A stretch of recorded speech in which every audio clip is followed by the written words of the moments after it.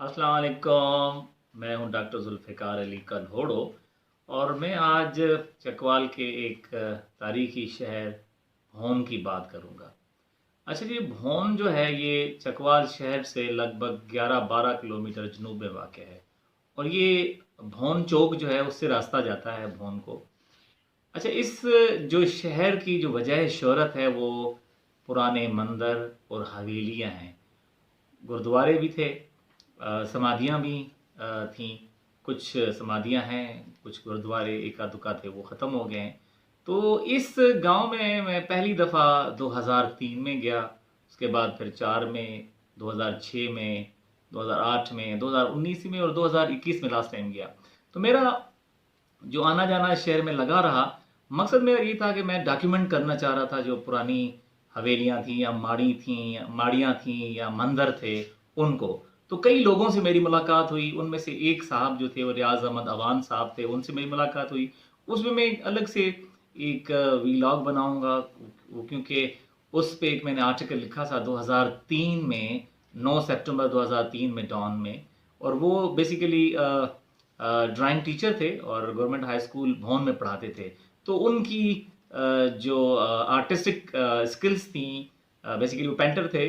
तो वो उस पे मैंने एक आर्टिकल लिखा था।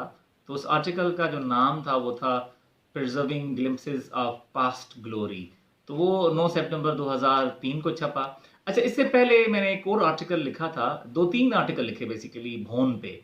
तो वो उस में से एक जो आर्टिकल था वो भी डॉन में छपा, वो 29 जुलाई 2003 को। अच्छा, उसका जो टाइटल था उस आर्टिकल का, अगर आप गूगल करना चाहें तो वो अवेलेबल है नेट पे। तो वो था भौन लूजिंग इट्स आर्किटेक्चरल हेरिटेज। अच्छा, मैंने ये इन मंदिरों का जिक्र किया जो मंदिर इस भोन शहर में है। बेसिकली कहते हैं शहर है लेकिन ये है कस्बा, लेकिन खैर टाउन कमेटी का उसको दर्जा मिला था तो इसलिए फिर इसको शहर कहते हैं। तो इसमें सबसे ज़्यादा जो खूबसूरत है वो मंदिर हैं और हवेलियां हैं जिसे माड़ी कहते हैं मुकामी तो जो लोग हैं। अच्छा, जो सबसे बड़ा मंदिर है वो रामदास का मंदिर है। और कहते हैं कि रामदास नामी शख्स ने, जो हिंदू थे, शायद ताजिर थे उस गांव के, उसने ये बनाया था। और साथ ही बन था जो रामदास का बन कहते थे। अभी तो कुछ भी नहीं है, सब कुछ खत्म हो गया है। अब तो उसको ये जो है भौन अड्डा कहते हैं। तो वो जो बन था या तालाब था वो खत्म हो चुका है। अच्छा, इस रामदास के मंदिर के साथ बिल्कुल एक छोटी मंदिरी है। उसको भी मंदिर कहते हैं मुकामी लोग, लेकिन है बेसिकली वो छोटी मंदिरी। अच्छा, उसके बाद छोटा यानी स्मॉल टेम्पल है। अच्छा, इस रामदास के मंदिर के बिल्कुल पीछे जो है वो जंज घर है। बेसिकली ये चदरा वाला महला कहते हैं इसको। अच्छा, जो जंज घर है वो बहुत खूबसूरत है, खासतौर पर लकड़ी का काम बहुत शानदार है। जब मैंने 2003 में देखा तो अच्छी हालत में था। बाद में जब लास्ट टाइम मैंने 2021 में देखा तो बहुत इतनी अच्छी हालत में नहीं था। ज़ाहिर है वो अपनी खूबसूरती जो जंज घर है वो खो चुका है। और ये जंज घर जो है यहाँ ये शादियाँ करते थे हिंदू जो हजरात थे इस गांव के, क्योंकि ये जो गांव है हिंदू और सिख कम्युनिटी की काफ़ी आबादी थी पार्टीशन से पहले। तो उसमें काफ़ी यानी कि हिंदू फैमिलीज थी जिनका कारोबार था चकवाल में, चकवाल से बाहर। और ये ख़ास तौर पे जो धन का इलाका है, क्योंकि ये जो भौन है धन का तारीखी यानी शहर है। तो उसमें एक जो फैमिली थी वो ओबराय फैमिली बहुत मशहूर थी इस भौन की। और भी यानी फैमिलीज थी, लेकिन ओबराय फैमिली कहते हैं कि काफ़ी इसका नाम था, कारोबार था इसमें। और बाहर इस चकवाल से या जेहलम से या पोठवार के इलाके से बाहर इनका कारोबार था। अच्छा, फिर दोबारा मंदिर की बात करते हैं और जंज घर की। तो रामदास का जो मंदिर है वो आपको ज़ाहिर है वो अपनी असल उस खूबसूरती खो चुका है। लेकिन मंदिर का जो ऊपर वाला हिस्सा है जिसे शिकारा कहते हैं, उस शिकारा पे जो है वो हनुमान की जो है तस्वीर बनी हुई है। और उसके साथ नीचे फिर जो मछली है उसकी तस्वीर बनी हुई है। तो गालबन ये इम्कान ज़ाहिर होता है इससे कि ये शायद मत्स्या जो हनुमान जो सॉरी विष्णु का रूप है उसको ज़ाहिर करता हो ये मत्स्या। तो पॉसिबल है कि ये विष्णु का टेम्पल हो या किसी किसी और जो हिंदू देवता है उससे रिलेटेड ये कोई टेम्पल था रामदास का। अच्छा, उसके अलावा एक और मंदिर है जिसे साईं मधु साईं लोका मंदिर कहते हैं। अच्छा, वो भी बहुत बुरी हालत में है। ज़ाहिर है उसकी असल खूबसूरती वो खो चुका है वो मंदिर।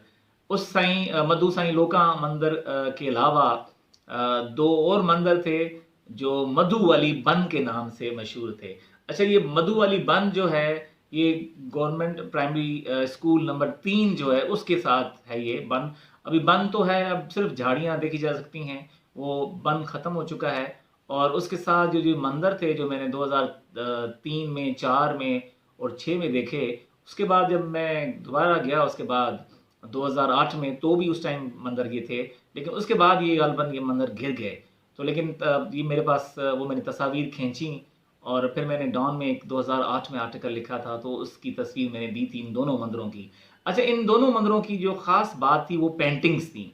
अच्छा, जो बड़ा मंदिर है उसका जो है अंदर उस खूबसूरत पेंटिंग थी, खास तौर पे जो गर्भगृह है, गर्भगृह वो जहाँ ये मूर्ति रखते थे, तो वो वाला जो हिस्सा है, जो वो चैम्बर या रूम, उसमें पेंटिंग थी।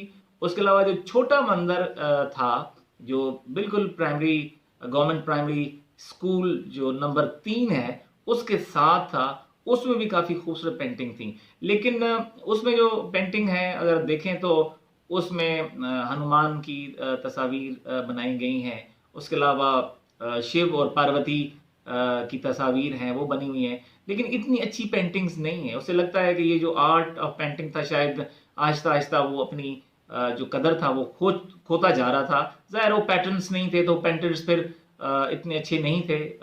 फिर भी पेंटिंग्स बहुत ही यानी कि एक बिल्कुल सिंपल है और ख़ास नहीं है, इतनी रिफाइंड नहीं है ये कहना चाहिए।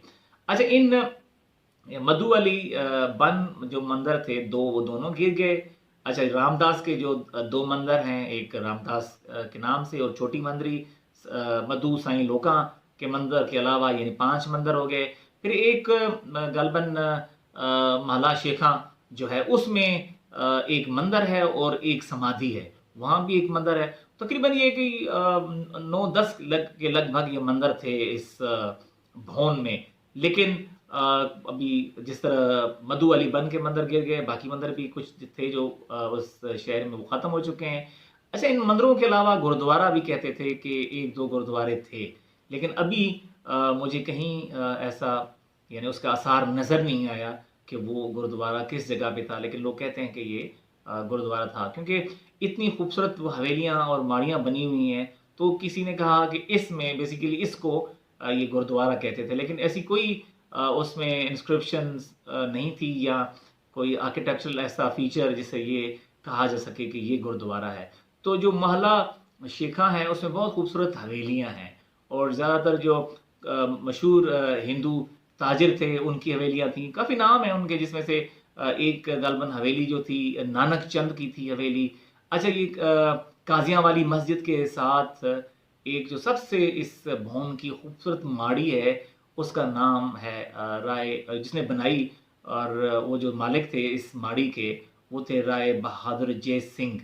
तो उसने ये माड़ी बनाई थी और 3 मंजिला ये माड़ी है, अभी भी मौजूद है भौन के शहर में। लेकिन इसका जो काम है लकड़ी का वो शानदार काम है, बहुत खूबसूरत काम है और दरवाजे लकड़ी के वो भी बहुत खूबसूरत हैं। अच्छा, इन हवेली और मंदिरों और जंज घर के अलावा मैंने थोड़ा सा जिक्र किया कि समाधियाँ भी भोन में हैं। अच्छा, एक समाधि तो शहर में है और एक समाधि थोड़ा सा शहर से बाहर, इनका शमशान घाट था, तो शमशान घाट में भी एक समाधि जो है बहुत बुरी हालत में अभी भी एक मौजूद है। अच्छा, एक जो समाधि है वो सैयद पीर आलम शाह का दरबार है, क्योंकि यहाँ इस भवन में कुछ यानी कि मुस्लिम सूफ़ी जो सेंट्स हैं उनके भी दरबार है। तो उसमें जो मशहूर दरबार है वो सैयद आलम शाह गीलानी का है, तो वहाँ से एक रास्ता जाता है उसको समाधि को। तो ये सब छोटी सी समाधि है, लेकिन इस समाधि की जो ख़ास नुमायाँ बात है वो पेंटिंग्स है। तो वो अभी भी पेंटिंग्स उसमें देखी जा सकती हैं, बहुत खूबसूरत पेंटिंग थी, ख़ास तौर पे फ्लोरल डिज़ाइन इसमें बने हुए थे। तो ये छोटी सी स्टोरी है जो मैं आपसे शेयर की भौन की, कि मैंने बताया कि कैसे मैं 2000 2003 से जाना शुरू किया और अभी तक मेरा इस पोठोहार के मुख्तलिफ गाँव में जाता रहता हूँ। लेकिन ये जो भौन है इसने मुझे मुझे बहुत ज़्यादा फैसिनेट किया, ख़ास तौर पे जो इनकी गाँव में जो हवेलियाँ हैं और जो पुराना बाज़ार है। तो मैंने लिखा है काफ़ी सारे आर्टिकल्स, उसके अलावा मैंने लिखे डॉन के अलावा फ्राइडे टाइम्स में लिखा, और मैंने कहा कि इस पुराने बाज़ार को एटलीस्ट गवर्नमेंट को अगर टूरिज़्म को प्रमोट करना है तो इस बाज़ार को एटलीस्ट हेरिटेज स्ट्रीट जो है ना डिक्लेयर करना चाहिए, क्योंकि वो दुकानें जहाँ हिंदू और सिख जो ताजिर थे कारोबार करते थे, क्योंकि ये बहुत यानी कि कारोबारी मरकज़ था ये जो भौन है। तो ये सारी चीज़ें ज़ाहिर है वो अपनी खूबसूरती खो चुकी हैं, लेकिन अभी जो बचा है उसको हमें बचाना चाहिए। जो माड़ियाँ अभी भी उस भौन के शहर में हैं उसको प्रिजर्व करना चाहिए और उसको प्रमोट करना चाहिए एज अ टूरिस्ट डेस्टिनेशन। अगर अब गवर्नमेंट चाहे तो इसको हेरिटेज जो है टाउन डिक्लेयर कर सकती है, क्योंकि इतनी हवेलियाँ अभी भी बची हैं, काफ़ी सारी हवेलियाँ ख़त्म हो चुकी हैं या माड़ियाँ, लेकिन अभी भी मंदिर और माड़ियाँ और कुछ समाधियाँ जो है अभी भी इस शहर में मौजूद हैं। तो आज के लिए इतना ही, भौन की छोटी सी स्टोरी मैंने आपके साथ शेयर की। तो नेक्स्ट वीलॉग तक अल्लाह हाफिज़।